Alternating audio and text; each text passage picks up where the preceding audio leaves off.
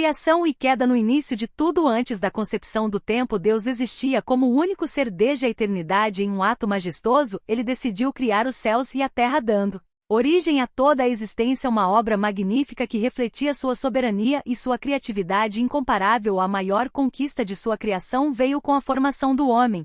Moldado à sua imagem, esta criatura única recebeu o sopro de vida diretamente de Deus, tornando-se um ser vivo consciente dotado de livre-arbítrio. A harmonia reinou nos primeiros dias e o homem desfrutou da proximidade divina no Éden. Mas mesmo neste paraíso, a humanidade enfrentou seu maior teste. Adão e Eva, os primeiros seres humanos, sucumbiram à tentação sutil da serpente, o fruto proibido oferecido com promessas enganosas tornou-se o catalisador para a queda. A desobediência introduziu o pecado no mundo, alterando irreversivelmente o relacionamento entre Deus e seus filhos ao morder o fruto proibido.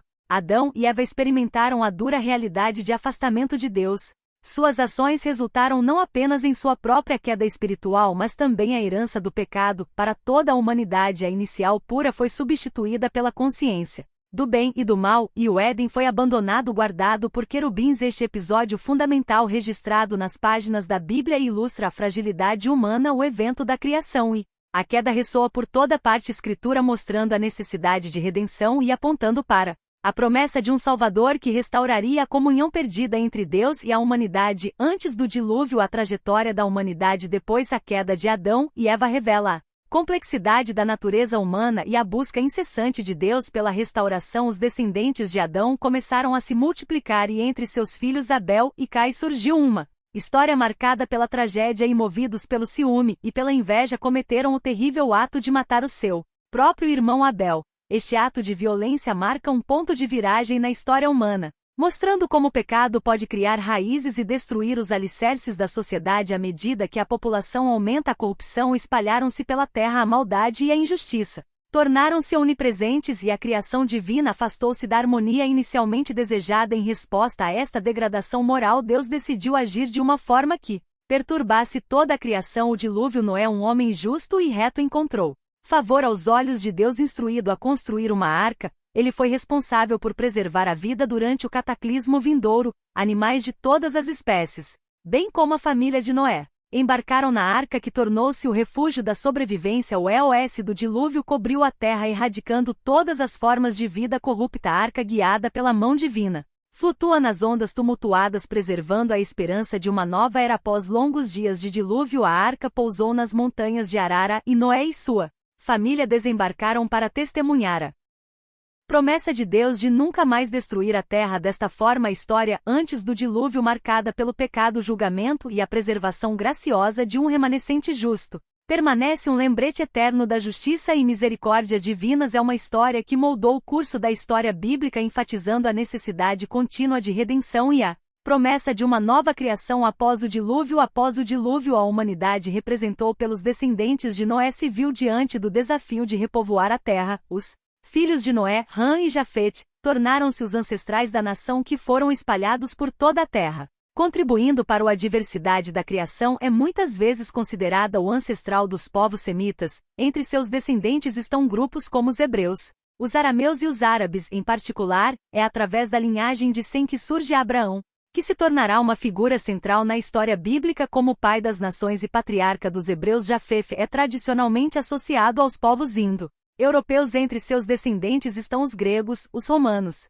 os sítios e outros que se dispersaram em regiões da Europa e da Ásia. A dispersão de Jafete contribuiu para a diversidade étnica e cultural observada nas sociedades antigas. Por outro lado, os descendentes de Cã, espalhados em diversas regiões, entre eles estão os cananeus, os egípcios, os filisteus e outros grupos. Aqui é importante lembrar os episódios de desobediência ligados à linhagem de um dia. Noé plantou uma vinha e, depois de se embriagar de vinho, encontrou-se nu na sua tenda. O seu filho mais novo, Chã, viu a nudez de seu pai e, em vez de cobrir ou manter a discrição, foi contar aos seus irmãos mais velhos, Sem e Jafete. Sem e Jafete, ao contrário de Chã, mostraram respeito pela nudez de seu pai. Eles entraram na tenda de costas carregando uma capa para cobrir Noa, sem olhar para ele. Quando Noa acordou e soube o que havia acontecido, ele pronunciou uma maldição sobre a linhagem de Cã enquanto abençoava as linhagens de Sem e Jafete. Nesta genealogia serve de base para a narrativa bíblica posterior que liga as histórias dos grandes patriarcas, como Abraão, Isaque e Jacó, à humanidade pós-diluviana.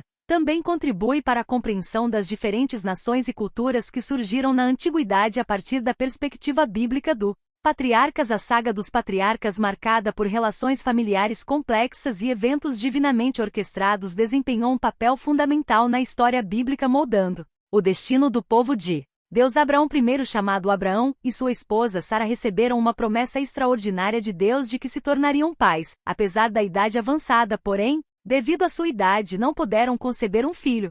A impaciência e sua falta de fé a levaram a sugerir que Abraão é uma criança com sua serva Agar. Agar engravidou e Ismael nasceu desta união. O nascimento de Ismael foi significativo porque ele era o primeiro filho de Abraão, embora ele não seja filho do divino promessa feita por Deus. A importância de Ismael na história bíblica vai além de sua própria história. Ele se tornou ancestral de um grupo de povos conhecido como ismaelita que habitava principalmente as regiões desérticas da Península Arábica. A Bíblia enfatiza que Ismael foi abençoado por Deus e se tornou um arqueiro talentoso. Porém, algum tempo depois, Sara finalmente engravidou. O nascimento milagroso de Isaque, cujo nome significa riso, foi o cumprimento desta promessa divina. A alegria do ano de nascimento de um filho trouxe não só um herdeiro físico, mas também a continuidade da promessa feita a Abraão. Isaque, por sua vez, casou com Rebeca e o casal fez enfrentando desafios únicos. Rebeca deu à luz os gêmeos Esaú e Jacó, que desde o ventre mostraram diferenças marcantes. A bênção que originalmente pertencia ao mais velho foi transferida para Jacó por um plano astuto, desencadeando uma dinâmica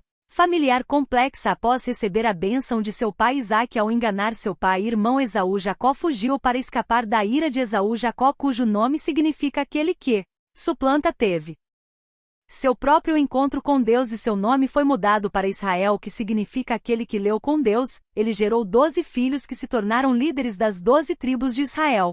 Esta linhagem notável inclui figuras proeminentes como José, cuja história desempenhou um papel crucial na narrativa bíblica. Anos depois, Jacó e Esaú se reconciliaram. Com a surpresa de todos na mudança para o Egito, marcou um novo capítulo na história dos patriarcas. José, filho de Jacó, que se tornou um alto funcionário no Egito, desempenhou um papel central neste episódio devido à fome na terra de Canaã, onde vivia a família de Jacó. José, agora uma figura importante no governo egípcio, convidou sua família para se estabelecer no Egito, onde teriam acesso à alimentação e ao apoio necessário. Jacó e seus filhos aceitaram a oferta e se estabeleceram na região de Goém, uma região fértil de Egito. Ao se mudar para o Egito, a família de Jacó conseguiu sobreviver à fome e preservar seus descendentes. Este evento fez parte do cumprimento da promessa divina feita a Abraão, segundo a qual seus descendentes seriam numerosos. A saga do Patriarcas destaca as relações familiares, as complexidades humanas e a fidelidade divina no cumprimento das suas promessas ao longo das gerações.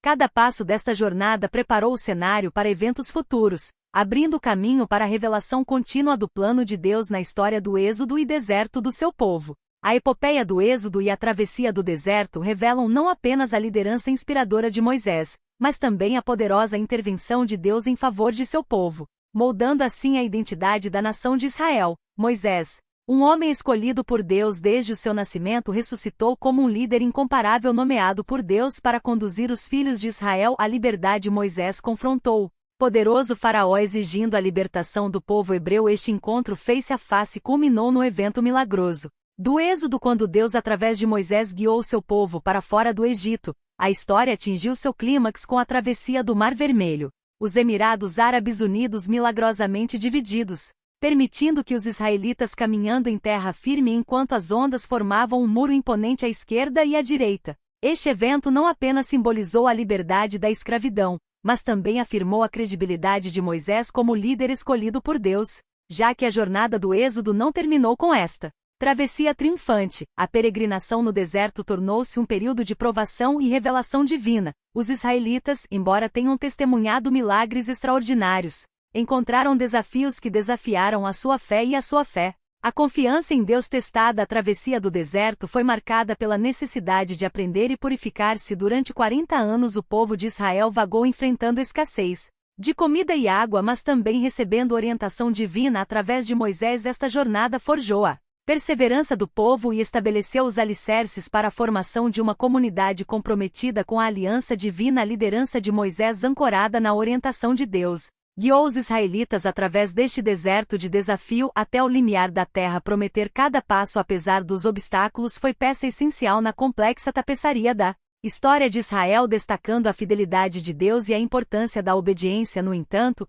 por causa de uma desobediência contada no capítulo 20, Moisés foi impedido de entrar na terra que Deus havia prometido aos descendentes de Abraão, o do incidente de Merba.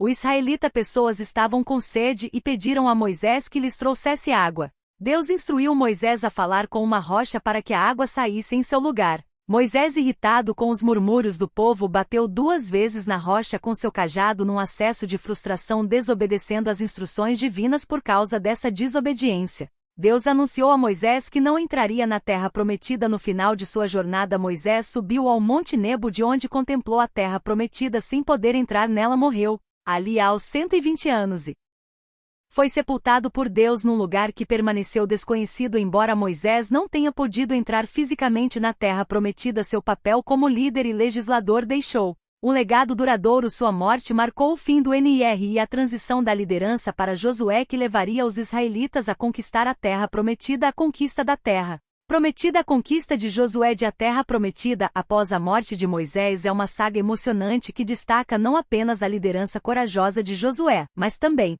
os desafios que o povo de Israel enfrentou ao tentar estabelecer-se na terra que Deus lhes havia prometido. Josué, um discípulo devotado de Moisés, foi escolhido por Deus para liderar os israelitas além do Jordão e liderar a campanha militar para tomar posse da terra prometida. Seu compromisso com a vontade divina e sua fé inabalável fizeram dele um personagem central, figura neste capítulo crucial da história israelita. No entanto, antes da entrada real na terra, um episódio significativo destacou a tensão entre a fé e a descrença. Josué enviou 12 espiões para explorar a terra de Canaã. Embora esta terra fosse abundante e fértil, a maioria dos espias retornou com um relatório cheio de medo, destacando os desafios e as fortalezas aparentemente inexpugnáveis das cidades cananeias. Apenas Josué e Calebe mantiveram uma perspectiva confiante na capacidade de Deus de libertar a terra prometida. A incredulidade do povo, influenciado pelo relato negativo da maioria dos espiões, levou à consequência sinal. Deus, em sua justiça, decretou que esta geração de duvidosos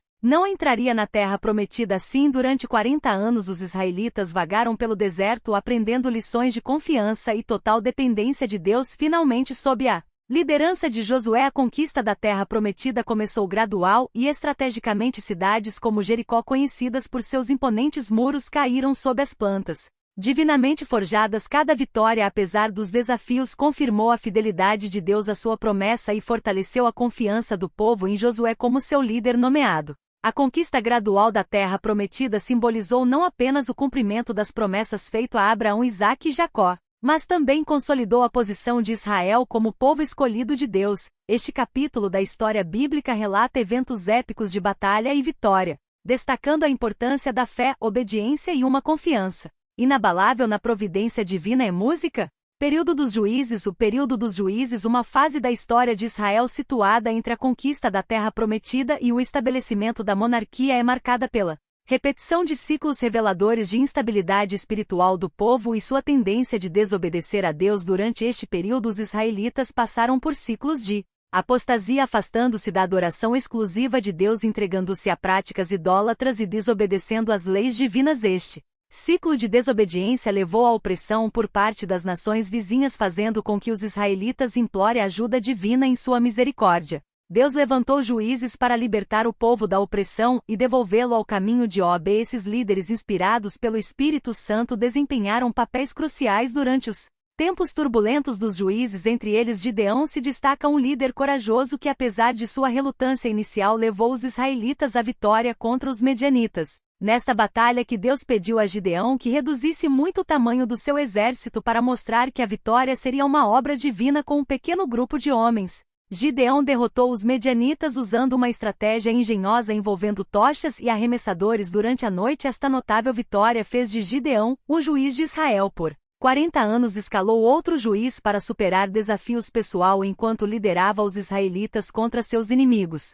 Sansão era um juiz cuja história é particularmente fascinante, nascido milagrosamente de uma mulher chamada Manoate, que era estéril. Sansão foi anunciado por um anjo do Senhor. O anjo ordenou que Sansão fosse consagrado como nazireu desde o nascimento, o que implicou abstendo-se de vinho e evitando toda contaminação com coisas impuras. Sâmson cresceu com uma força física extraordinária concedida pelo Espírito do Senhor. Apesar de seu voto nazireu, Sâmson se envolveu em um relacionamento romântico com uma mulher filisteia chamada Dalila. Os líderes persuadiram Delila a descobrir a fonte da doença de Sâmson. Força após várias tentativas sem sucesso, Sâmson finalmente revelou que sua força vinha de seu voto nazireu e mais especificamente de seu cabelo permanecer intacto enquanto ele dormia. Dalila cortou o cabelo de Sâmson. Assim, privado de sua força, capturado pelos filisteus, Sâmson foi cego e preso em um ato de humilhação. Ele foi forçado a moer grãos na prisão. No entanto, durante um grande evento filisteu, quando seu cabelo voltou a crescer,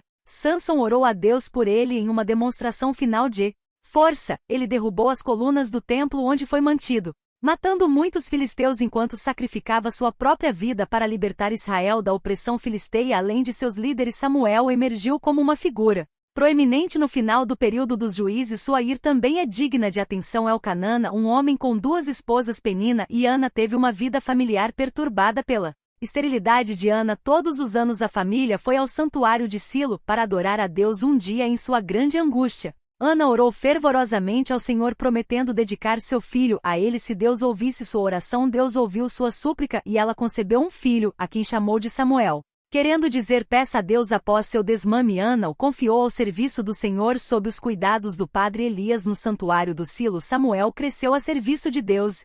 Desde muito jovem foi chamado por Deus para se tornar profeta. Ele se tornou um dos maiores líderes e juízes de Israel.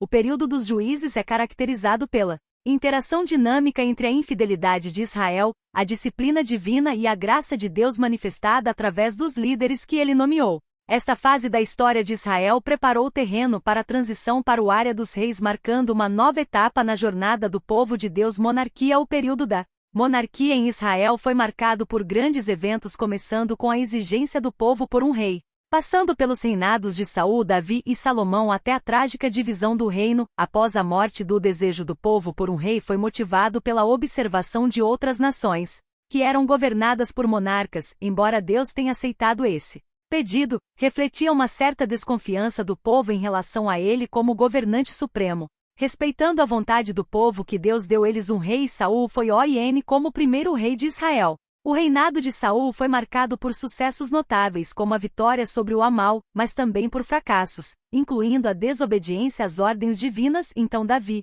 um jovem pastor no par Samuel, foi escolhido por Deus para o rei. Davi se destacou como um líder excepcional, conhecido por seus talentos militares, seu dom musical e, acima de tudo, por ser um homem segundo o coração de Deus. Salomão, filho de Davi, subiu ao trono e conduziu Israel a um período de prosperidade e paz.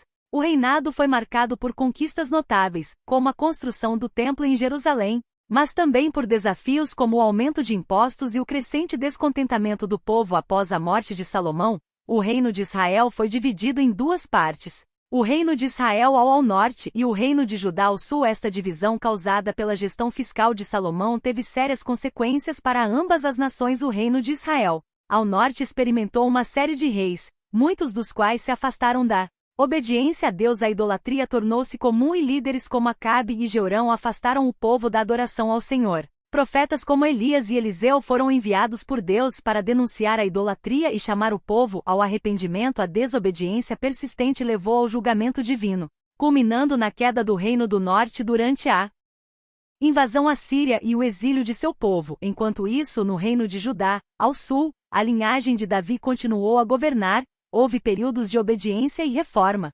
principalmente sob os reinados de reis como Josafá, Ezequias e Josias. No entanto, Judá também experimentou desafios espirituais com reis como Acais e Manassés, que levaram o povo à idolatria. Profetas como Isaías e Jeremias foram enviados para alertar e chamar Judas ao arrependimento. Apesar dessas advertências, a persistência na desobediência levou ao exílio babilônico, bem como a destruição de Jerusalém. E a história de Israel e Judá está repleta de episódios de idolatria onde o povo se voltou para falsos deuses, abandonando o Senhor. Em resposta, Deus enviou uma série de profetas para alertá-los e chamá-los para a responsabilidade. Dos profetas como Isaías, Jeremias ousou e Amós enfatizou as consequências espirituais e materiais de desobediência. A disciplina divina manifestou-se em invasões estrangeiras, exílio e destruição de cidades. A história dos reinos do Norte e do Sul serve como lembrete perpétuo da importância da fidelidade a Deus e das consequências espirituais associadas à desobediência. O exílio babilônico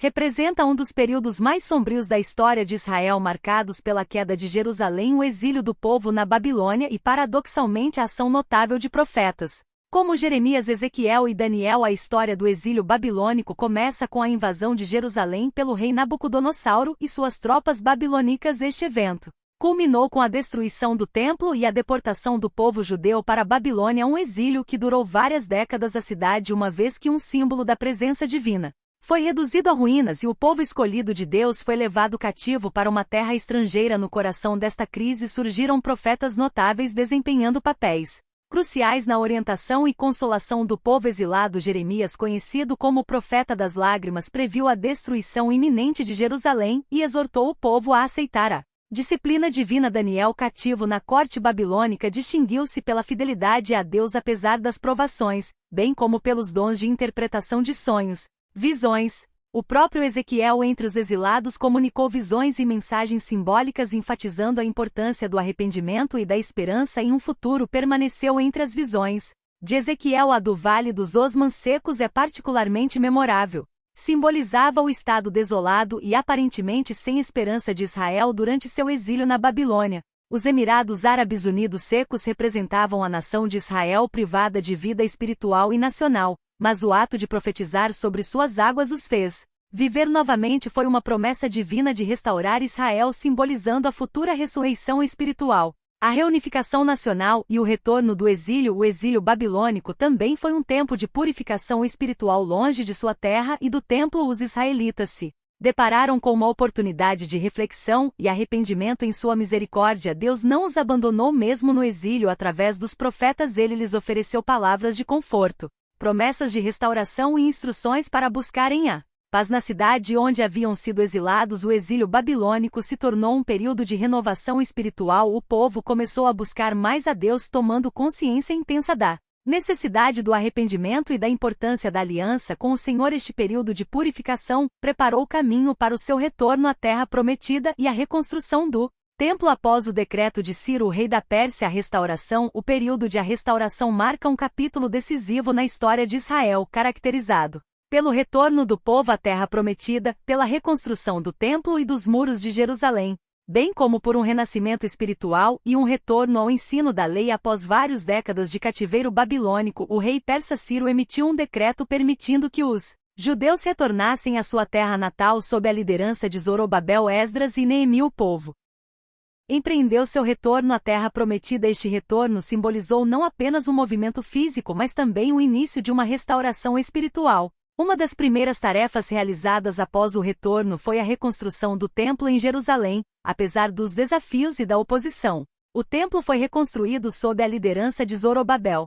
marcando assim um renascimento espiritual e a reintrodução de práticas religiosas no coração da comunidade israelita. Paralelamente, o sacerdote Esdras e o escribe desempenharam um papel central no ensino e na aplicação da lei de Moisés. Ele liderou um movimento que visava restaurar a compreensão e a prática da lei entre o povo. Esdras organizou leituras públicas da lei, encorajando o povo a se arrepender e renovar-se espiritualmente. Ouvindo a lei, o povo estava profundamente convencido de seus pecados e buscaram a Deus em um espírito de arrependimento. Isso levou a um despertar espiritual, onde o povo se comprometeu a obedecer e honrar a Deus em suas vidas diárias. Neemias liderou a reconstrução dos muros de Jerusalém, garantindo assim a proteção e segurança da cidade, apesar de muitas adversidades. Neemi e o povo persistiram na realização desta tarefa como um exemplo notável de cooperação e determinação. O trabalho conjunto de Esdras e Neemias, bem como o compromisso dos profetas idosos e Zacarias, contribuíram para a restauração espiritual e a reforma da comunidade. A devoção renovada ao serviço de Deus e o retorno à aliança divina foram essenciais para o restabelecimento do relacionamento entre Deus e seu povo. Os profetas pós-restauração os tornaram idosos. Zacarias e Malaquias desempenharam papéis essenciais durante o período pós-restauração, enfrentando os desafios de seus tempos e encorajando o povo de Israel a permanecer fiel a Deus enquanto a nação tentava reconstruir-se após o regresso do exílio babilônico. O profeta Ageu dirigiu as suas mensagens às pessoas envolvidas na reconstrução do Templo de Jerusalém. Ele denunciou a apatia espiritual e exortou o povo a tornar a construção da casa de Deus uma prioridade. Ageu enfatizou a importância de buscar primeiro o reino de Deus e sua justiça, prometendo bênçãos divinas quando o povo colocar Deus em primeiro lugar. Zacarias, contemporâneo, também se destacou como profeta durante esta fase de reconstrução pós-exílio. Suas visões e mensagens simbólicas ofereceram encorajamento ao povo, apontando para uma restauração espiritual e a futura vinda do Messias. Zacarias insistiu na importância da justiça, da compaixão e da verdade, chamando o povo a viver de acordo com os princípios divinos. O profeta Malaquias, de uma era posterior, transmitiu mensagens poderosas para o povo de Israel. Ele confrontou a complacência espiritual, a negligência nas ofertas e na adoração, também que a infidelidade conjugal. Malaquias destacou a necessidade de um relacionamento autêntico com Deus, exortando o povo a se arrepender e retornar à aliança, apesar do entusiasmo inicial que acompanhou o período de restauração que Israel enfrentou. O desafio constante de manter sua lealdade a Deus, a complacência espiritual, a negligência das práticas religiosas e a falta de compromisso moral ameaçavam romper o relacionamento entre Deus e seu povo. Os profetas, através de suas mensagens de reprovação e exortação, procuraram manter o fervor espiritual e lembrar ao povo a importância da obediência. Continuando o período pós-ração, ilustra a realidade persistente do conflito entre a fidelidade e a apostasia, a busca de Deus e a tentação da complacência. Os profetas desempenharam um papel crucial ao lembrar o povo do seu compromisso de seguir o caminho divino, enfatizando que a obediência e justiça foram os fundamentos do relacionamento com Deus. Conclusão: o Antigo Testamento termina com os profetas da restauração, notadamente Zacarias e Malaquias, que através de suas mensagens procuraram guiar o povo de Israel em sua jornada espiritual. Porém, após o encerramento do cânon do Antigo Testamento, segue-se um período de 400 anos de aparente silêncio profético. Durante este intervalo, não há registros de novos livros sendo acrescentados às Escrituras e a voz dos profetas parece ter silenciado. Apesar disso, este período foi marcado por importantes eventos históricos, mudanças culturais e políticas, incluindo a ascensão e queda de impérios como os persas, os gregos e os romanos. Durante este período, certos livros foram escritos conhecidos como apócrifos. Esses escritos históricos e religiosos não foram incluídos no cânone judaico ou protestante, mas foram aceitos por certas tradições cristãs. Este tempo de silêncio não significa inatividade divina, mas representa uma fase em que Deus preparou o terreno para o cumprimento de suas promessas messiânicas. A espera de um Messias profetizado em todo o Antigo Testamento criou uma expectativa crescente dentro do povo de Israel. A vinda do Novo Testamento, inaugurada pelo nascimento de Jesus Cristo em Belém, marca o fim deste silêncio. Cristo, o Messias prometido, encarna a plenitude das promessas divinas, trazendo redenção e salvação à humanidade. O seu nascimento, o seu ministério, a sua morte e ressurreição são narradas nos evangelhos do Novo Testamento, continuando assim o fio narrativo do Bíblia e cumprindo as profecias messiânicas do Antigo Testamento. Assim, o Antigo Testamento, com suas histórias, leis, profecias e poesia, preparou a voz para a vinda de Jesus Cristo, o Filho de Deus, trazendo esperança e redenção tão esperada. O silêncio profético de 400 anos é quebrado pelo choro de um bebê em Belém, anunciando o início de uma nova era na história da redenção. Então apertem os cintos, porque a história leva agora a uma emocionante virada.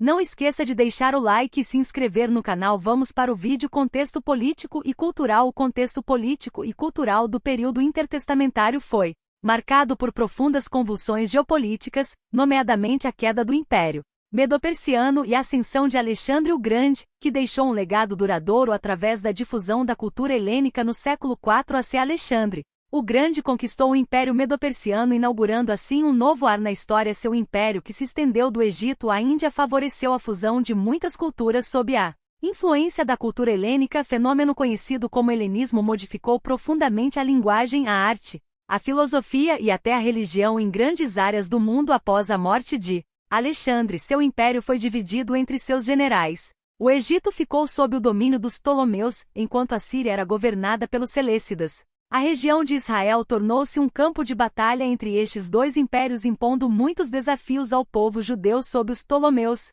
Os judeus desfrutaram de um período de relativa paz e liberdade na sua prática religiosa. No entanto, a situação mudou drasticamente com a ascensão dos Zésidas. especialmente durante o reinado de Antíoco IV Epifânio como parte de seu esforço para helenizar a região. Antíoco IV Epifânio provocou a ira dos judeus ao profanar o templo em Jerusalém e proibir as práticas religiosas judaicas. Essas provocações levaram a uma Macabé revolta liderada pela família Macabé, em particular Judas Macabé. A Guerra Macabé ou Revolta Macabé foi uma luta pela liberdade religiosa e política do povo judeu contra a dominação seleucida. Judas Macabé e seus irmãos conseguiram recuperar o controle do templo e restaurar o culto judaico. Este período é comemorado durante o festival de Hanukkah, que celebra a dedicação do templo após sua profanação por Antíoco. Esses eventos políticos e culturais do período intertestamentário foram cruciais para moldar o contexto em que Jesus Cristo nasceria. A influência helenística criou um ambiente linguístico e cultural que facilitou a difusão do cristianismo no mundo grego-romano durante os séculos seguintes. Herodes o Grande e a situação política neste contexto de convulsão. Herodes o Grande, conhecido por suas habilidades administrativas, seus talentos como construtor, reinou sobre a Judéia sob o domínio romano. Ele empreendeu projetos monumentais em Jerusalém, incluindo a expansão e reforma do Templo de Herodes, considerado um dos maiores complexos religiosos da antiguidade.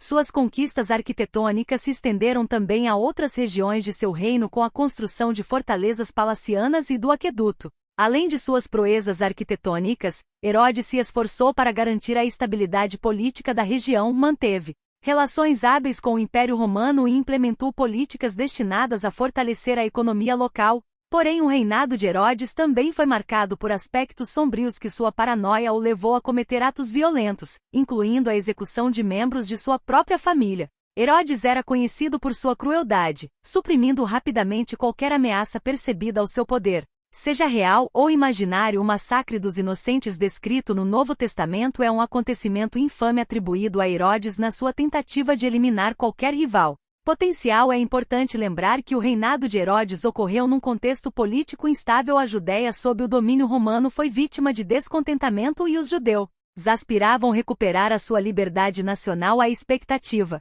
do Messias que um líder esperava libertar o povo judeu estava profundamente ancorada na consciência coletiva. Esta expectativa messiânica durante o reinado de Herodes reflete na tanto a tensão política como a esperança religiosa da época ficam evidentes nas passagens do Novo Testamento que relatam a chegada de Cristo, ecoando a profecia do Antigo Testamento e a busca de sinais messiânicos por grupos como os fariseus e os saduceus. Do massacre dos inocentes é um exemplo marcante disso. Depois do nascimento de Jesus em Belém, a notícia do nascimento do rei dos judeus chegou a Herodes, que então reinou sobre a Judéia. Temendo perder seu Herodes ficou perturbado com esta notícia.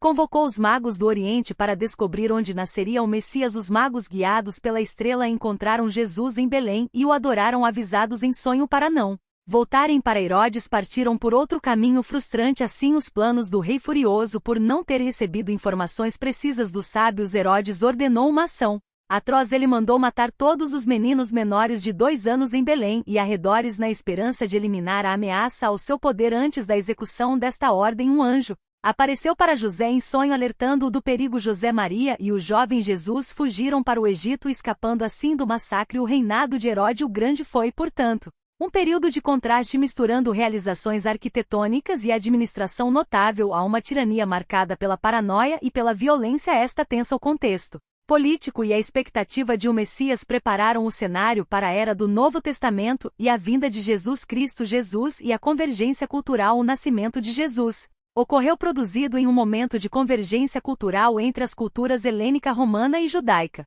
Trouxe influências da cultura romana e, por extensão, da cultura grega visíveis nas práticas diárias, linguagem e arquitetura. Nazaré, a cidade onde Jesus cresceu, refletiu esta intersecção cultural e este contexto diversificado moldou a experiência de Jesus como um homem que cresceu em Nazaré, uma cidade muitas vezes desprezada pelos seus contemporâneos. Jesus experimentou a vida comum e confrontou as complexidades culturais do seu tempo. A sua identificação com os pescadores, a sua proximidade com as pessoas comuns e as suas origens humildes em Nazaré destacam a abordagem única de Jesus à humanidade. Pelo seu batismo nas águas do Jordão administrado por João Batista, vamos falar um pouco sobre esse personagem fascinante que é João Batista, figura central do Novo Testamento. João Batista desempenhou um papel crucial na preparação da voz para o Ministério de Jesus Cristo, nascido de Zacarias e Isabel, um casal de idosos que concebeu. Milagrosamente, depois de uma promessa divina, João Batista passou grande parte da sua vida no deserto, onde se dedicou à oração e à devoção a Deus. A sua missão específica era preparar o caminho para o Messias. Ao anunciar a chegada do reino de Deus, ficou famoso pelo seu batismo de arrependimento no Jordão, onde as pessoas vinham confessar seus pecados e serem batizadas. João estava pregando o arrependimento, anunciando a iminência do reino de Deus e proclamando que alguém mais poderoso do que ele estava para vir. Quando Jesus foi batizado por João no Jordão, este reconheceu a superioridade de Jesus e testificou que ele era o Cordeiro de Deus que tira o pecado do mundo. João insistiu na importância de Jesus, afirmando que ele nem foi digno de desatar as sandálias. Deste evento simbólico que marcou não só o início público da missão de Jesus, mas também a sua plena identificação com a humanidade ao aceitar um batismo destinado ao arrependimento dos pecados, logo após o seu batismo. Deserto, onde passou 40 dias isolado e foi tentado por Satanás. Este episódio revela a humanidade de Jesus, que, embora plenamente Deus, experimentou as mesmas tentações que os homens, porém resistiu a todos os ataques do diabo, citando as Escrituras e demonstrando sua perfeita obediência à vitória de Deus. Jesus, sobre as tentações no deserto, destacou sua santidade e autoridade sobre o mal. Esta experiência preparou Jesus para seu ministério público, marcado por ensinamentos transformadores, curas milagrosas e a proclamação do reino de Deus. Portanto, a vida de Jesus ocorreu em um contexto de cultura convergência, onde as influências gregas e romanas estavam profundamente enraizadas na sociedade, mas onde a tenda messiânica judaica preparou os corações para a vinda do Salvador. O ministério de Jesus é a expansão da mensagem. O ministério de Jesus foi marcado por uma combinação extraordinária de milagres e ensinamentos que abrangeu fronteiras geográficas e culturais. Ele curou os enfermos, deu visão aos cegos, alimentou multidões e até ressuscitou os mortos. Seus ensinamentos, muitas vezes formulados na forma de uma parábola, abordavam temas universais como o amor, o perdão, a justiça e o reino de Deus. Essas palavras, ações atraíram uma grande multidão, refletindo a relevância da missão de Jesus em diferentes contextos culturais. Jesus escolheu homens para serem seus apóstolos, desempenhando um papel especial em seu ministério. Esses apóstolos foram testemunhas diretas dos ensinamentos e milagres de Jesus, e eles desempenharam um papel central na difusão do Evangelho e no estabelecimento da igreja primitiva. Um dos episódios notáveis de seu ministério foi a transfiguração. Um dia Jesus subiu uma montanha com 3 de seus discípulos, Pedro, Tiago e João. No cume ocorreu um acontecimento extraordinário. A aparição de Jesus foi transfigurado, seu rosto brilhou como o sol e suas roupas tornaram-se brancas como a luz. Além disso, Moisés e Elias apareceram e conversaram com Jesus. A transfiguração revelou a glória divina de Jesus aos seus discípulos. Sua aparência radiante mostrou sua natureza divina, enquanto a presença de Moisés e Elias simbolizava a conexão entre o Antigo Testamento, representado por Moisés, e os profetas, e o Novo Testamento, representado por Jesus.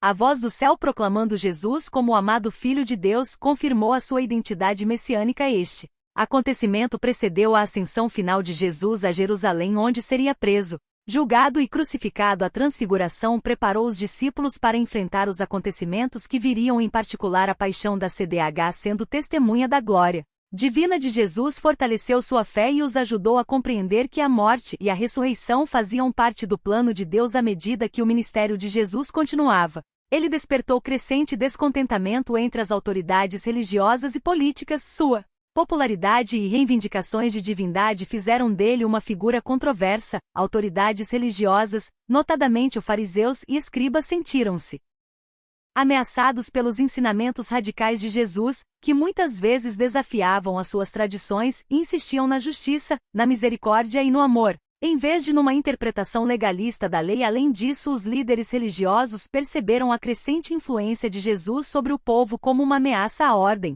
estabelecida. Um momento decisivo ocorreu quando Jesus purificou o templo de Jerusalém, expulsando os cambistas e denunciando a corrupção que se infiltrava na casa de oração. Este ato, combinado com sua afirmação divina e sua crescente popularidade, alarmou as autoridades. O ministério de Jesus, através de seus ensinamentos milagrosos e atos proféticos, lançou as bases para a expansão da mensagem do reino de Deus, anunciando uma transformação espiritual que raciocinaria muito além de seu tempo e de seu contexto cultural. A conspiração para capturar Jesus e sua crucificação. A conspiração para capturar Jesus começou a tomar forma quando Judas Iscariote, um dos 12 discípulos, concordou em trair Jesus. As autoridades religiosas, em troca de 30 pedaços de prata durante a última cena, Jesus anunciou sua traição iminente e preparou a si mesmo e a seus discípulos para os trágicos acontecimentos que se seguiriam à captura de Jesus, ocorridos no jardim da Getsemania, onde Judas, designado aos soldados romanos e aos guardas do templo com um beijo, símbolo de traição. Este gesto levou à prisão de Jesus. O sumo sacerdote Caifa e o Sanedrim, o conselho judaico, organizou um julgamento noturno e irregular. As acusações foram múltiplas, variando de blasfêmia a alegações de que Jesus ameaçou ordem pública, embora condenado pelas autoridades religiosas. Jesus foi levado perante Pôncio Pilatos, o governador romano, para ratificar esta condenação, porque apenas um representante romano poderia pronunciar uma sentença de morte. Pilatos questionou Jesus perguntando-lhe se ele era o rei dos judeus. Jesus respondeu que seu reino não era deste mundo e que ele tinha vindo para testemunhar a verdade durante o interrogatório. Pilatos percebeu que as acusações contra Jesus eram principalmente de ordem religiosa e que não havia nenhuma lei legal base para condená-lo, buscando evitar agitação e não. Entendendo completamente as implicações espirituais do assunto, Pilatos tentou libertar Jesus durante a festa da Páscoa. Era costume que o governador romano libertasse um prisioneiro escolhido pela multidão como um gesto de clemência. Pilatos propôs então à multidão a libertação de Jesus ou Barrabás, um rebelde e assassino. Os líderes religiosos incitaram a multidão a exigir a libertação de Barrabás, apresentando-o como um patriota que lutou contra a ocupação romana, enquanto Jesus era retratado como uma ameaça à ordem estabelecida manipulada pelas autoridades religiosas. A multidão exigiu a libertação de Barrabás e a crucificação de Jesus. Fez-se a pressão crescente e, ao medo de um motim, Pilatos lavou-se simbolicamente suas mãos na frente da multidão, alegando que ele não era responsável pelo sangue de Jesus. Cedendo à multidão, ele condenou Jesus à crucificação. Jesus foi levado para a Calva, onde foi crucificado entre dois criminosos. Sua morte na cruz foi uma execução brutal, mas ela realiza um objetivo mais grande: a redenção da humanidade através do sacrifício do Filho de Deus. Após a morte de Jesus, uma série de eventos extraordinários ocorreram, marcando o clímax e a conclusão da paixão. A terra tremeu, o véu do templo foi rasgado e sinais milagrosos anunciaram o significado espiritual de neste momento histórico. A crucificação de Jesus representa um ponto de viragem decisivo na história da redenção, onde a morte na cruz se torna o ponto central do plano divino para a libertação da humanidade. A ressurreição de Jesus. Após a crucificação de Jesus, seu corpo foi removido da cruz por Joseph de Arimaté, o membro do Sanedrim que seguia Jesus secretamente. Ele o envolveu em um pano limpo e o colocou em um novo túmulo a pedido dos líderes religiosos judeus, que Pilatos autorizou o estabelecimento de uma guarda romana em frente ao túmulo para evitar qualquer tentativa de roubo do corpo. O túmulo foi selado para garantir que permanecesse intacto. Após o sábado, Maria Madalena, Maria mãe de Tiago e Salomé, foi ao túmulo de Jesus trazendo especiarias para ungir seu corpo. Quando chegaram, notaram que a pedra que selava a entrada do túmulo havia sido rolada e que o túmulo estava vazio. Ao entrar no túmulo, viram um jovem vestido de branco, identificado como um anjo, que lhes diz: não tenham medo, vocês estão procurando por Jesus de Nazaré, que foi crucificado. Ele ressuscitou, ele não está aqui. Aqui é o lugar onde ele foi colocado. O anjo perguntou às mulheres para anunciar aos discípulos e a Pedro que Jesus havia ressuscitado e que o encontraria na Galileia. Enquanto ela se apressava em dar a notícia, Jesus apareceu a Maria Madalena perto do túmulo, revelando-se a ela. Além de Maria Madalena, Jesus apareceu a várias pessoas e grupos nos dias seguintes. Isso incluiu os discípulos a caminho, mas os discípulos se reuniram em uma sala fechada e Pedro individualmente. Cada aparição confirmou a realidade da ressurreição, que alguns discípulos tinham a princípio dúvidas sobre o anúncio da ressurreição. Tomé, em particular, expressou seu ceticismo até que Jesus lhe apareceu e o convidou a tocar seus prazeres. Esses encontros dissiparam as dúvidas e fortaleceram a fé dos discípulos. Em uma aparição específica no Mar da Galileia, Jesus deu a Pedro uma missão especial, perguntando-lhe 3 vezes se ele o amava antes de instruir todos os discípulos a fazerem discípulos de todas as nações, batizando-os e ensinando-lhes tudo o que ele lhes havia ordenado. A ressurreição de Jesus não era apenas um evento histórico, mas o próprio cerne da fé cristã, simbolizando a vitória sobre a morte e o cumprimento do plano divino para a redenção da humanidade. A ascensão de Jesus. Depois de aparecer aos seus discípulos por 40 dias, Jesus os conduziu ao Monte das Oliveiras, perto de Betania, um lugar já marcado por momentos importantes. De seu ministério no topo da montanha, Jesus deu suas instruções finais aos discípulos, renovando sua missão de serem suas testemunhas até os confins da terra. Ordenou-lhes também que ficassem em Jerusalém esperando a promessa do Pai da vinda do Espírito Santo, que os fortaleceria e os guiaria em sua missão enquanto os abençoava. Jesus começou a subir ao céu antes de seus olhos. Este acontecimento foi observado pelos apóstolos, que viram Jesus subindo gradativamente até que uma nuvem o escondeu de sua vista. Enquanto eles ainda olhavam para o céu, 2 homens vestidos de anjos brancos apareceram e perguntaram por que eles olhavam para o céu. Esses anjos então lhes anunciaram que Jesus retornaria da mesma forma como o havia visto sair da ascensão. Deixou os discípulos maravilhados, mas também os encheu de confiança e esperança. Eles entenderam que Jesus havia retornado à glória celestial e que a promessa de o Espírito Santo logo se cumpriria após a ascensão. Os discípulos retornaram a Jerusalém como Jesus lhes havia pedido. Lá eles se reuniram em oração e comunhão, aguardando o cumprimento da promessa do Espírito Santo. A ascensão de Jesus tem um profundo significado teológico, confirma a exaltação de Cristo à direita de Deus Pai, demonstrando sua soberania e sua autoridade. Também inaugura uma nova fase na história da redenção, onde os discípulos cheios do Espírito Santo seriam os portadores do Evangelho em todo o mundo. A ascensão de Jesus não é uma despedida, mas uma preparação para o dom do Espírito Santo e uma antecipação do seu prometido regresso. Este acontecimento marca assim o início da missão universal da Igreja e a transição da presença física de Jesus à presença ativa do Espírito na vida de seus discípulos. A propagação do Evangelho neles. Os apóstolos desempenharam um papel crucial na expansão da missão de Jesus, levando o Evangelho a várias partes do mundo conhecido. O livro de Atos dos Apóstolos registra suas viagens missionárias, que começaram em Jerusalém e se estenderam a lugares como Antioquia, Grécia Menor e Roma. O crescimento da Igreja não esteve isento de desafios. As perseguições, particularmente em Jerusalém, levaram à dispersão dos crentes e paradoxalmente contribuíram para a difusão da mensagem cristã. Saul de Tarso, que se tornou mais tarde o apóstolo Paulo, desempenhou um papel importante em sua perseguição antes de sua conversão. Essas perseguições, embora destinadas a suprimir o movimento cristão, involuntariamente levaram à propagação da Igreja. Os crentes espalhados em diferentes regiões levaram consigo o Evangelho de Paulo. Após sua conversão, no caminho para Damasco, tornou-se um dos mais fervorosos propagadores do Evangelho, viajando incansavelmente e estabelecendo comunidades cristãs. As viagens missionárias de Paulo, contadas principalmente no livro de Atos, constituem esforços incansável em proclamar o Evangelho em muitas partes do mundo. Conhecido por Filipe, sua pregação resultou na conversão da Idia e de um joalheiro, levando à fundação de uma igreja nesta cidade. Em Tessalônica, sua mensagem tocou tanto judeus quanto pagãos, resultando na criação de uma comunidade cristã significativa. Em Corinto, Paulo permaneceu por um longo tempo, estabelecendo uma igreja que se tornou central para suas correspondências posteriores. Além dessas atividades missionárias, Paulo deixou um legado duradouro através das epístolas que ele escreveu às igrejas que fundou ou aos seus colaboradores. Suas cartas, agora incluídas no Novo Testamento, fornecem instruções teológicas, éticas e práticas aos cristãos. A Epístola aos Romanos, aos Coríntios, aos Gálatas e Filipenses são exemplos proeminentes do rico ensino de Paulo.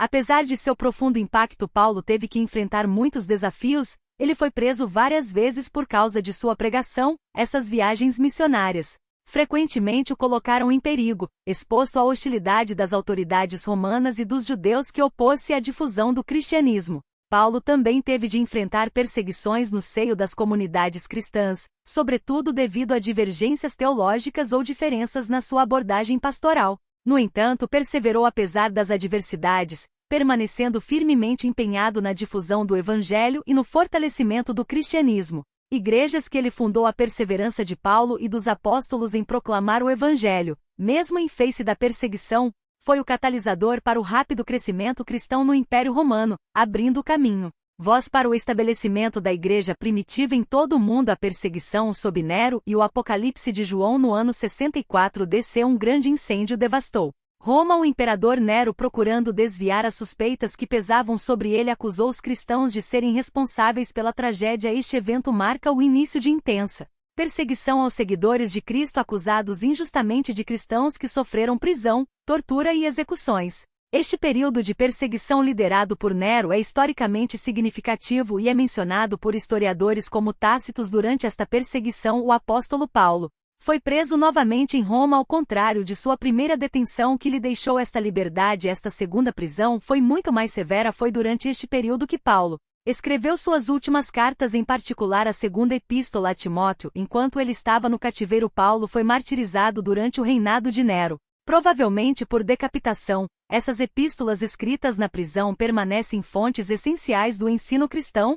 Seu exemplo de coragem diante da adversidade e sua dedicação inabaláveis na pregação do Evangelho ainda inspiram gerações de crentes. O contexto histórico da perseguição em Roma também é relevante para a compreensão do livro do Apocalipse, escrito durante o reinado de Doma, sucessor de Nero. O Apocalipse reflete as tensões e perseguições enfrentadas pelos cristãos sob o Império Romano. O autor, o apóstolo João, escreveu este livro no momento de grande pressão sobre a comunidade cristã. Apocalipse usa simbolismo apocalíptico para transmitir uma mensagem de esperança e vitória definitivo para os seguidores de Cristo, mesmo em meio à perseguição e tribulação. As visões e imagens apresentadas no livro são interpretadas à luz do contexto histórico e oferecendo incentivo teológico do século I aos cristãos da época. O livro descreve uma série de visões que revelam a glória celestial com Cristo retratado como Cordeiro de Deus. Outras visões apresentam as 7 trombetas e as 7 taças, cada uma desencadeando julgamentos divinos sobre a humanidade. Esses julgamentos simbolizam a resposta de Deus à rebelião e o pecado. Neste contexto, aparece a figura da besta, simbolizando os poderes terrenos hostis a Deus. Por fim, o livro descreve a batalha final entre o bem e culminando com a vitória de Cristo. O símbolo da redenção da Nova Jerusalém e da presença de Deus é revelado como a realização final da história humana. O livro termina com advertências e convites aos leitores, encorajando-os a permanecerem fiéis a Deus. Jesus promete voltar e trazer recompensas aos fiéis enquanto os rebeldes enfrentarão a justiça divina. Obrigado por assistir esse vídeo. Se gostou, não esqueça de deixar um like e nos contar nos comentários de onde você está nos olhando. Cuide-se e Deus te abençoe.